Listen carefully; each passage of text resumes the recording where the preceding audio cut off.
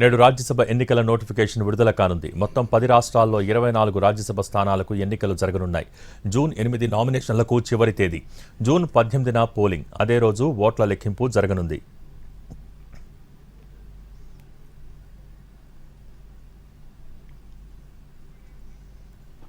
నిన్న ప్రధాని మోడీ నివాసంలో బీజేపీ సీఈసీ కీలక భేటీ జరిగింది. రాజ్యసభ అభ్యర్థుల ఎంపికపై కసరత్తు చేసింది కమలం పార్టీ. మొత్తం 24 స్థానాల్లో 11 సీట్లలో నేరుగా పోటీ చేయనుంది బీజేపీ. ఆ 11 స్థానాల్లో క్లియర్ మెజార్టీతో బీజేపీ గెలిచే అవకాశం ఉంది. కూటమి భాగస్వామ్య పక్షాల కోసం మరో 6 స్థానాలు కేటాయించింది. బలాబలాల ఆధారంగా అభ్యర్థులను నిలబెట్టనుంది ఎన్డీఏ.